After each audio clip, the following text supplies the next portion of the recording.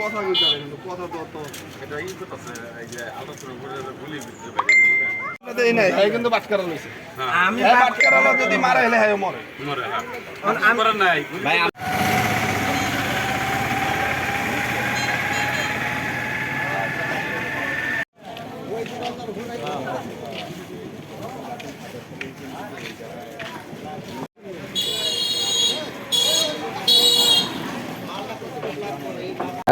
পৌনে 10টার সময় দোকান বন্ধ করে বাসায় যেতেছি। আমার হাতে ব্যাগে মাল ছিল, দোকান বন্ধ করে যাইতেছি। তখন কাঁচা বাজারের ভিতরে আমি শাক সবজি কিনতেছি। তখন পিছন থেকে আমার ব্যাগ টান দিছে।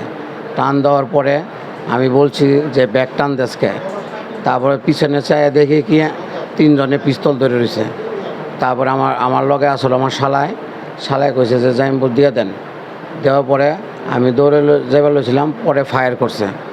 পরে হুন্ডার মধ্যে চইরা ওরা তিনটা হুন্ডা আইছে, 3 জনে 6 জন লোক আইছে। আর পরে ফায়ার করতে করতে যাওয়ার সময় এক শাহগালার পেটে গুলিটা রাখছে। এই পর্যন্তই। কত টাকা ছিল ব্যাগের ভিতরে? আমার 15-20 ভরি সোনা ছিল আর 2 লাখ টাকা ক্যাশ ছিল। ঘটনা হচ্ছে ওই ওপাশে মৃত জুয়েলার্স, মৃত জুয়েলার্স স্বর্ণকার, উনি দোকানপাট বন্ধ করে আসতেছিল এখান দিয়ে। যাওয়ার সময় রাস্তার মাথায় গেছে শাক বাজার হয়ে। উনি যখন বের হয় তখন ডাকাত দলের 3টা হুন্ডা ছিল। হুন্ডা আইসা ওনার গলায় মানে এই মাথায় ওই পিস্তল ঠেকায় ধরে। পিস্তল ঠেকায় ধরার পরে 3টা না 4টা ফায়ার করে। একজন শাক ব্যস্ত, ওনার হাতে লাগছে আর পেটের সাইডে লাগছে। লাগার পরে স্বর্ণকারের ব্যাগে টাকা ছিল, স্বর্ণ ছিল, উনি মানে ওনার ফালাই দিয়ে আর ওগুলা নিয়ে সব চলে গেছে গা।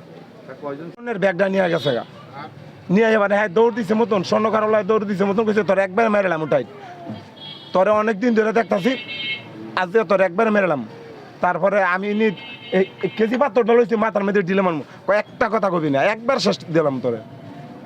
তারপর সামনে আগায় গেছে মতন ফাঁকা গুলি মারছে, আমি কাইতে ভরে গেছি, দিদি আমার গুলি করে মাঝখান থেকে হ্যাঁ ওটা রুটিটা নিতে দিতেছে। আপনি যদি দাঁড়ায় আছেন সরাসরি গুলিটা মনে করো হেরা একটা ডাইরেক্ট মেরে দিচ্ছে। হ্যাঁ ওটা না থাকলে আমার এখানে গুলিটা নাকতো। হ্যাঁ ওটা আছে থেকে হেরা নাকি